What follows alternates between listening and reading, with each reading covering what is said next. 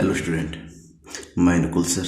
और आज की इस वीडियो में आपको समष्टि अर्थशास्त्र की चैप्टर नंबर 5 सरकार, कार्य और विषय क्षेत्र, कहीं कहीं इसका नाम, इस चैप्टर का जो नाम है दिया हुआ है सरकारी बजट। ठीक है, सरकारी बजट के नाम से भी दिया हुआ है।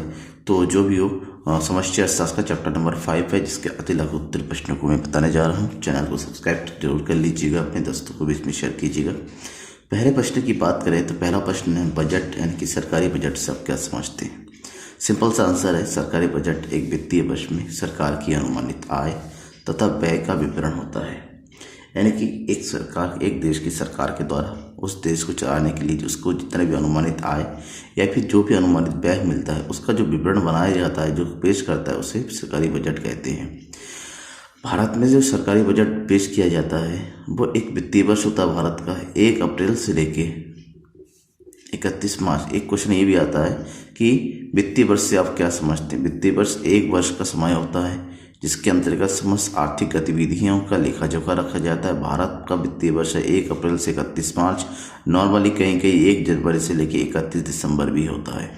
ठीक है। क्वेश्चन नंबर 2, संतुलित बजट क्या होता है। जब बजट की प्राप्तियां और बजट की व्यय, यानी बजट प्राप्तियां और बजट व्यय, प्राप्तियां मतलब आय, बजट प्राप्तियां और बजट व्यय आपस में बराबर हो तो उसे हम संतुलित बजट कहते हैं। यहाँ पर जो भी इनकम होता है वो उसके एक्सपेंडिचर के बराबर हो जाता है। घाटे के बजट से क्या आशा है। घाटे का बजट मतलब जहाँ पर घाटा होता है बजट में, घाटा तब होता है जब हमारा इनकम कम हो और एक्सपेंडिचर ज़्यादा। इन दैट केस जब सरकार की कुल आय सरकार के कुल व्यय से कम होती हैं तो उसे घाटे का बजट कहते हैं। नेक्स्ट क्वेश्चन है, कर किसे कहते हैं। कर एक ऐसा भुगतान है जो अनिवार्य रूप से सरकार को व्यक्तियों, फर्मों, संस्थागत इकाइयों द्वारा दिया जाता है। इसके बदले में किसी सेवा प्राप्ति की आशा नहीं की जा सकती। मतलब यह एक अनिवार्य भुगतान, कंपलसरी पेमेंट है जो लोगों के द्वारा सरकार को किया जाता है। और आप ये नहीं चाह सकते हम जो पेमेंट कर रहे हैं बदले में हमें उसके बदले में कोई सर्विस वगैरह मिले, क्योंकि यहाँ पर प्रत्येक व्यक्ति को जिस पर कर लगाया जाता है पेमेंट करना ही पड़ता है। कर 2 प्रकार के होते हैं, एक होता है प्रत्यक्ष कर, एक होता है अप्रत्यक्ष कर। सबसे पहले प्रत्यक्ष कर की बात करें कि प्रत्यक्ष कर किसे कहते हैं। जिस कर के भुगतान में कर भार और कर दायित्व एक ही व्यक्ति पर पड़े उसे प्रत्यक्ष कर कहते हैं। मतलब कर भार, जिस व्यक्ति पर कर लगाया जाता है, जिस व्यक्ति पर कर लगाया जाता है उसका भुगतान भी वही व्यक्ति करता है तो उसे प्रत्यक्ष कर कहते हैं। जैसे आयकर होता है, संपत्ति कर होता है आदि। जबकि अप्रत्यक्ष कर, जिसका दूसरा नाम परोक्ष कर भी होता है, किसे कहते हैं। जब कर का भुगतान कर भार और कर दायित्व अलग अलग व्यक्तियों पर पड़ता है तो उसे अप्रत्यक्ष कर, मतलब जिस पर कर लगाया जाता है वो न भर के वो टैक्स कोई दूसरा भी भरता है उसे हम अप्रत्यक्ष कर करते हैं। जैसे सेल्स टैक्स होता है, सेल्स टैक्स की बात करते हैं। सेल्स टैक्स जो है पहले दुकानदारों पर लगाया जाता है, लेकिन पेमेंट कौन करता है, कस्टमर करते हैं। पेमेंट कस्टमर करते हैं। तो ऐसे कर आज के डेट में सेल्स टैक्स को ख़त्म करके जो टैक्स बनाया सबसे बड़ा अप्रत्यक्ष कर है वो कौन है, GST, goods and service tax.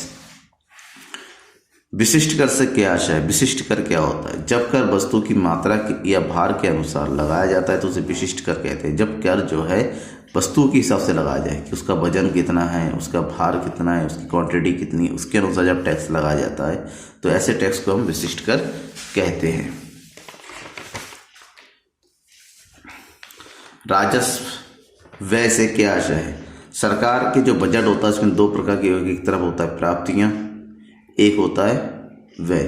तो इसमें सबसे पहले राजस्व व्यय क्या है। राजस्व व्यय में सरकार द्वारा प्रशासन पर किया जाने वाला समस्त चालू व्यय, यानी चालू व्यय मतलब करंट, जो छोटे मोटे जो व्यय होते रहते हैं, करंट व्यय, रेवेन्यू एक्सपेंडिचर भी कहते हैं, इसको शामिल किया जाता है। जैसे वेतन देना, डाक विभाग में खर्च करना, रेल विभाग में सामान्य खर्चे, सार्वजनिक उद्यम के सामान्य खर्चे, प्रतिरक्षा के सामान्य खर्चे, ये सामान्य खर्चे होते हैं, ध्यान में रखिएगा, जिसे सारा व्यय। जबकि दूसरा होता है पूंजीगत व्यय। पूंजीगत पदार्थों पर किया गया व्यय पूंजीगत व्यय कहते हैं। पूंजीगत व्यय में सरकारी प्रशासन से संबंधित समस्त पूंजीगत सौदों का व्यय शामिल किया जाता है। पूंजीगत सौदे जैसे प्रतिरक्षा के संबंधी बड़े बड़े जो है जेट खरीद लिए, हवाई जहाज खरीद लिए, सार्वजनिक उपक्रमों की स्थापना कर लिया, ठीक है ना, इन सब खर्चों को जो है पूंजीगत व्यय कहते हैं। सार्वजनिक व्यय में लोच से क्या आशय है? लोच, लोच का मतलब आप समझते होंगे, लोच का मतलब होता है परिवर्तन। तो सार्वजनिक व्यय में लोच का क्या मतलब होता है?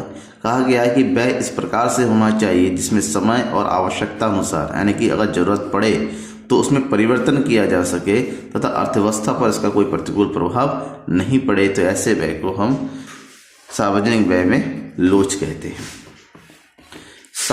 नेक्स्ट क्वेश्चन है, राजकोषीय नीति से क्या आशय है? आप क्या समझते हैं राजकोषीय नीति से? राजकोषीय नीति सार्वजनिक आय, सार्वजनिक व्यय व सार्वजनिक ऋण से संबंधित सरकार की नीतियों को सार्वजनिक राजकोषीय नीति कहते हैं, यानी कि सरकार की वे नीतियाँ जिसके माध्यम से वो देश में सार्वजनिक आय, सार्वजनिक व्यय, यानी जो भी खर्चे होते हैं या सार्वजनिक ऋण, जो भी उनको ऋण वगैरह लिया जाता है उनकी व्यवस्था करती है, तो उसको हम राजकोषीय नीति कहते हैं। नेक्स्ट क्वेश्चन है, राजस्व घाटा किसे कहते हैं? राजस्व घाटा, आपने घाटे के बारे में पढ़ा होगा, जहां पर बजट प्राप्तियां बजट व्यय से कम होती हैं उसे राजस्व, उससे घाटा कहते हैं। अब यहाँ पर राजस्व घाटा, राजस्व घाटे के अंतर्गत राजस्व आय राजस्व व्यय से कम होती हैं। राजस्व व्यय का राजस्व आय पर अधिक राजस्व घाटा कहते हैं। दैट मीन्स राजस्व व्यय माइनस राजस्व आय राजस्व घाटा होता है। राजकोषीय घाटा क्या होता है? इंपॉर्टेंट क्वेश्चन है, एग्जाम में बहुत ज़्यादा पूछा जाता है राजकोषीय घाटे के बारे में। राजकोषीय घाटा सरकार के कुल व्यय, राजस्व, पूंजीगत व्यय, निवल सबको मिला के, राजस्व व्यय हो, पूंजीगत व्यय हो, निवल ऋण देयता हो, जो भी सारा व्यय, कुल व्यय, जितने भी सरकार के व्यय होते सबको मिलाकर, तथा उसकी कुल प्राप्तियों, राजस्व प्राप्तियां, पूंजीगत प्राप्तियां, लेकिन इसमें ऋण को छोड़ के, जो उधार लिया जाता है बाहर से उसको शामिल नहीं करते, ऋण को छोड़कर समस्त प्राप्तियां और कुल व्यय का अंतर राजकोषीय घाटा कहलाता है। और लास्ट क्वेश्चन है, प्राथमिक घाटा क्या होता है? राजकोषीय घाटे में से ब्याज भुगतान, जो भी ब्याज भुगतान किया जाता है सरकार के द्वारा, अगर उसको घटा दिया जाए तो शेष धनराशि जो बचती है, शेष घाटा जो बचता है उसे हम प्राथमिक घाटा कहते हैं। इसको हम इस तरह से देख सकते हैं कि प्राथमिक घाटा बराबर